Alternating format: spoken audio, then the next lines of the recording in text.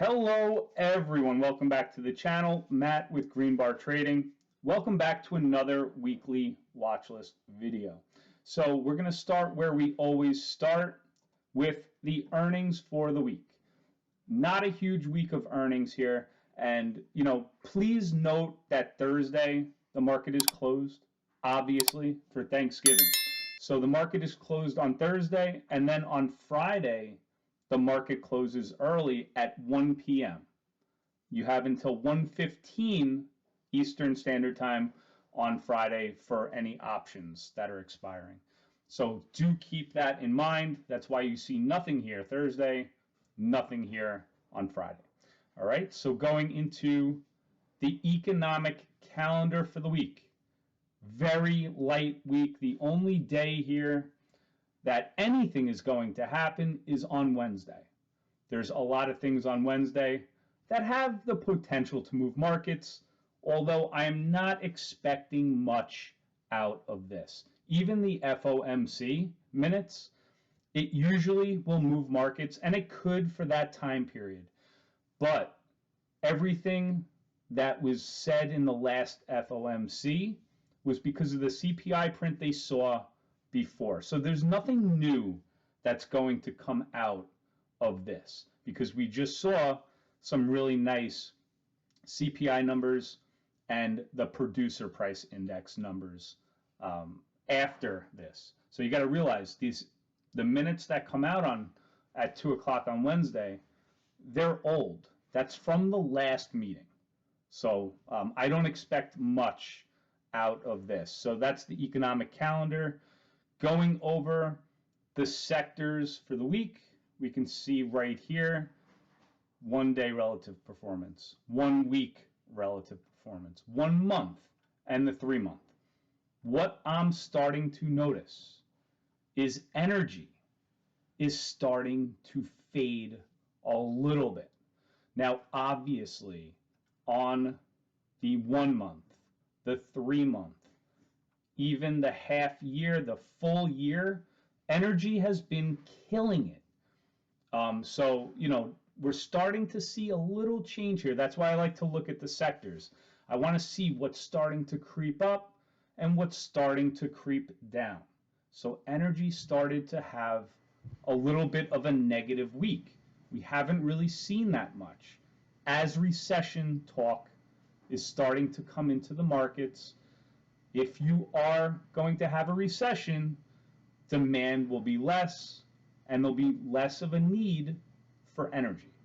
All right, so what has worked really well this year, like we can show you right here, 43%. Year to date, 45% up in the energy sector. Has been a clear outperformer. It doesn't matter what happens in the next month, month and a half that we have left here. It's still going to be the top performer, but we may shed some of that percentage. All right, so that's the sectors there. Let's go over and take a look at the bond market. So these are the treasury yields right here. We can see very clearly that the 10-year, which is sitting at 3.82, is inversed with the 3-month, which is 4.25. All right, I'm about to show you guys something, a little diagram that predicts just about every recession when these two things invert. All right, so when those invert, this is what happens. All right, another closely watched recession alarm is ringing. I had posted this a little while ago when it first started to happen, when I noticed that the 3-month started to yield more than the 10-year. It happened a couple of days, right? And then it went back, where the 10-year was yielding more, everything was okay. Now it's starting to set in a little bit deeper, and that's what we're seeing here. So when this happens, the difference between the 3-month and 10-year, you can see down here, these shaded areas are recessions, right? Preceding the recessions, we've seen that inverted yield curve happen every time. and it's happening now. Okay, so that is something to just keep in mind right there.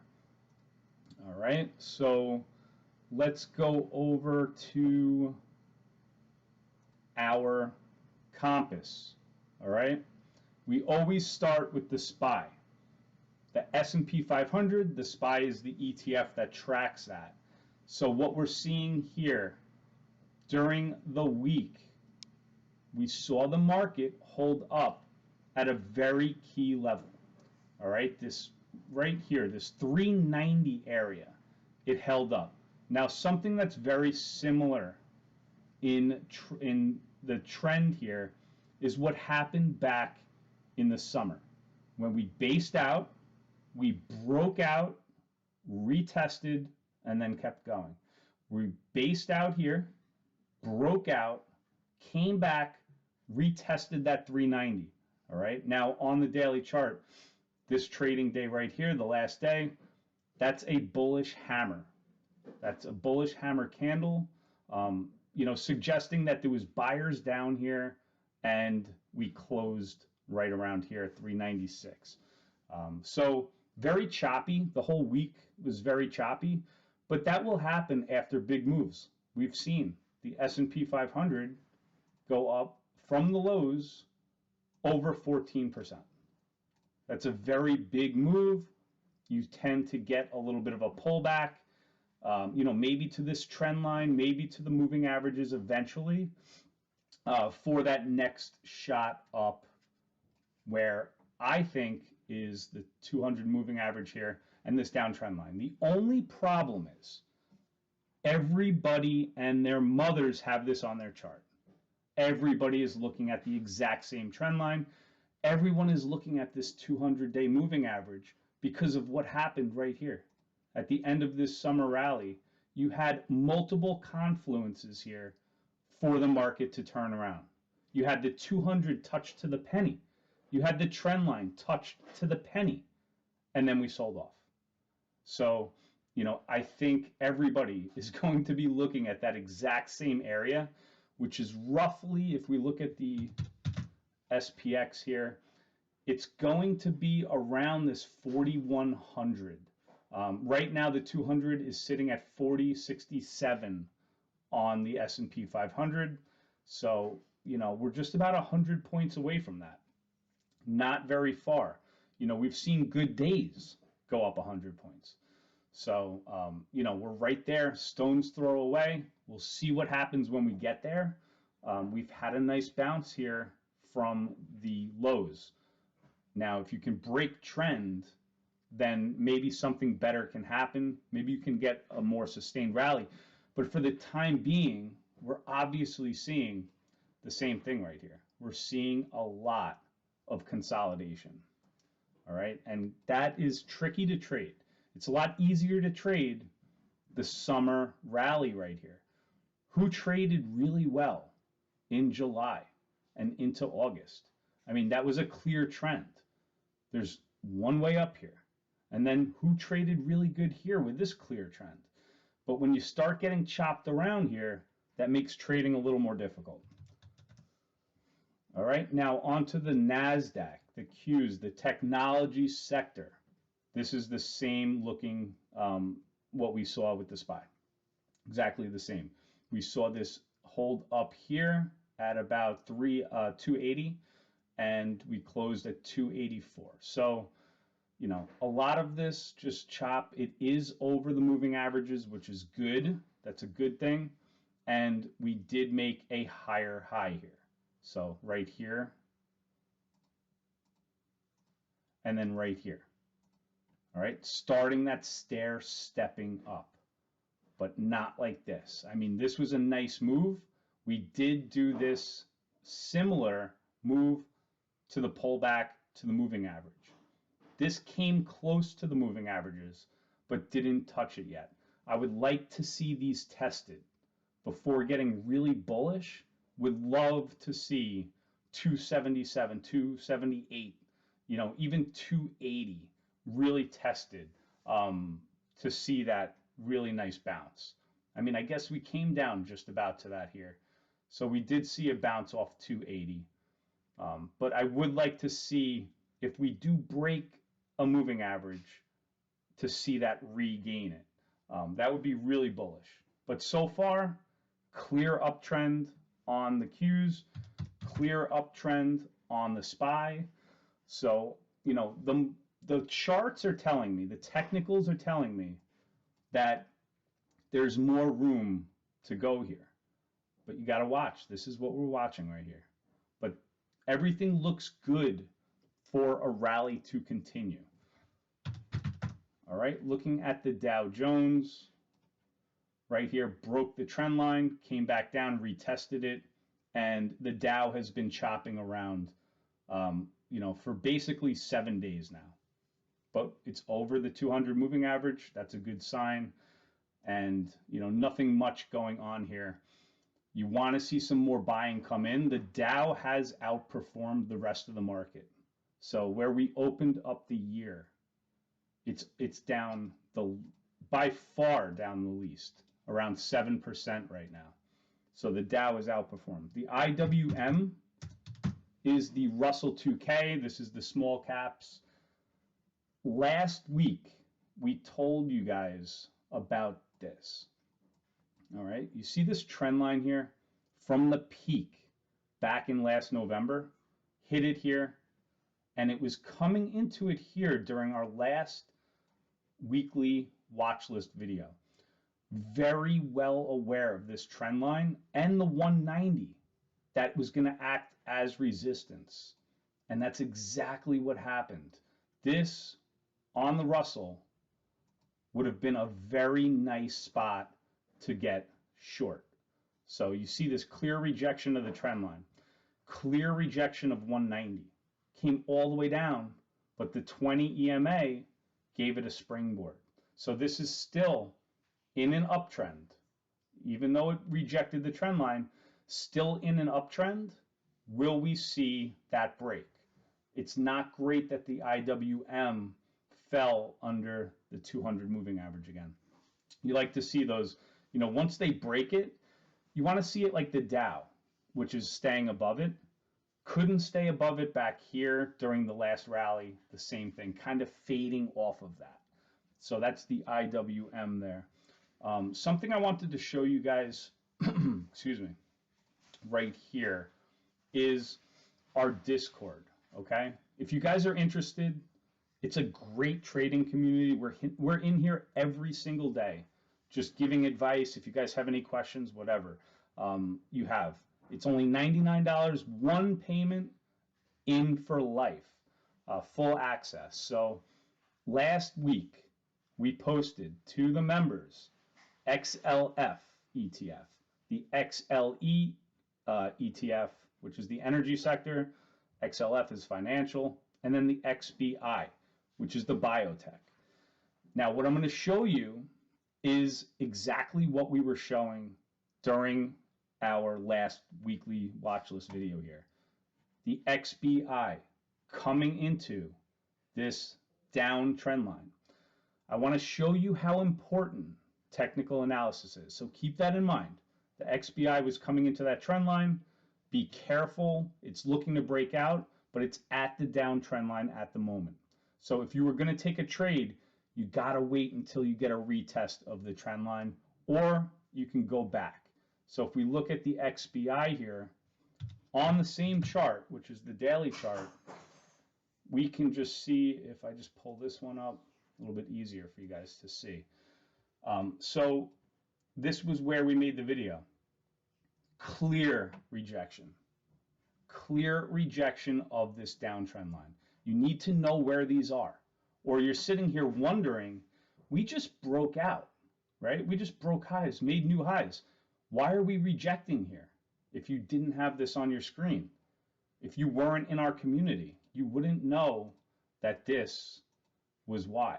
All right, so that downtrend line, we saw a sell-off. All right, so now we're going to go back. I want to look at the XLE. Now this is the weekly chart. You have a clear head and shoulders here. One shoulder, the head, and then the right shoulder right here, which happens to be a double top on the year. That's the weekly chart on the XLE. Looking at the daily chart, this is what it was looking like when I posted this last week on Sunday.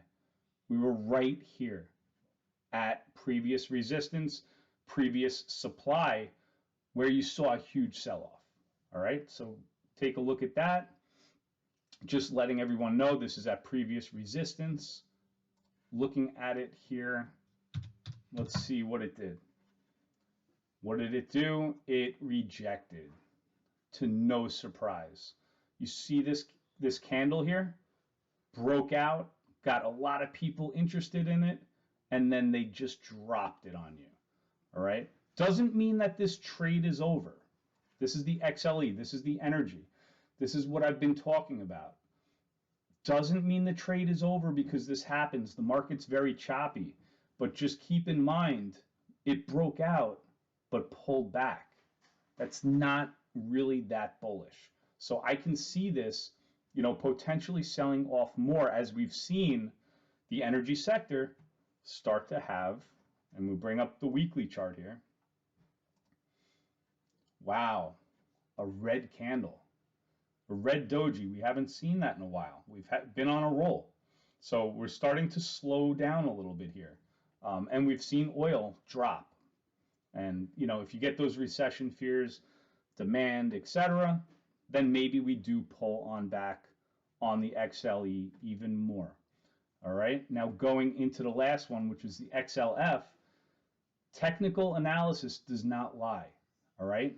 We were at previous resistance. It was support and then it's resistance. Each time it came up here, even over it, it pulled on back. Last week, this is where we finished on Friday. Let everyone know that it was at, previous resistance. Watch the chart, trade the chart, see what happens. And then if we look at the XLF here, the weekly chart you can see there. On the daily chart, it sold off. All right, from Monday, Tuesday, Wednesday, Thursday, came on down. And then on Friday, with the rest of the market, tried to bounce back up, opened up right at resistance, sold off.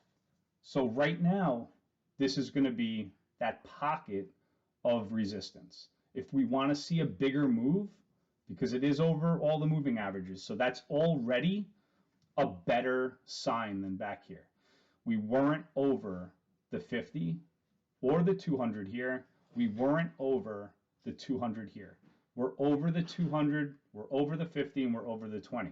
So the potential for a breakout here looks better, but I would still wait and see if this can get over. Let's make this the 36 area, just to be safe. All right, so that's where you're seeing the resistance, at 36, 35 area, even all the way down here to the 34s. This is where you're seeing that resistance. So as far as some stocks on watch, a couple trend lines, nothing crazy. This is Meta. I'm going to make this trend line a little bit thicker, make it red as it is and has been resistance. We've seen it here, touched here, right here, right here. Now will we come up to that area? It's good to know where that trend line is. But that's Meta. There's a lot of overhead interesting things here to keep this one from going. Let's see, AMD also going to make this red as it has acted as resistance. I mean, look at this over and over. Resistance, resistance, hit it and pulled on back. So if you want this to go, because it did base out for a long time, which is good. When something bases out and then catches a bid, you'll see a pullback and then the potential for more room to run. It's unfortunate. This is a chip stock. These haven't done that great. So, I would say it has more of a potential to pull back than to actually break through, but we'll have to wait and see. But this is the trend line to watch. on AMD. Now I'm just going to finish with taking a look at these two things, the dollar, which is here on the right, and the yields, which are here on the left. What I see on the yields, I'm seeing a head and shoulders pattern. You have a shoulder, head, shoulder. Can this continue to roll over? It's possible. So just keep an eye on that. That does look like a nice little head and shoulders pattern. It's not perfect. It's still obviously in an uptrend for the year, but just keep an eye on that. The dollar index has sold off really hard since the CPI report 2 weeks ago, and now it's just consolidating. All right, so it found support.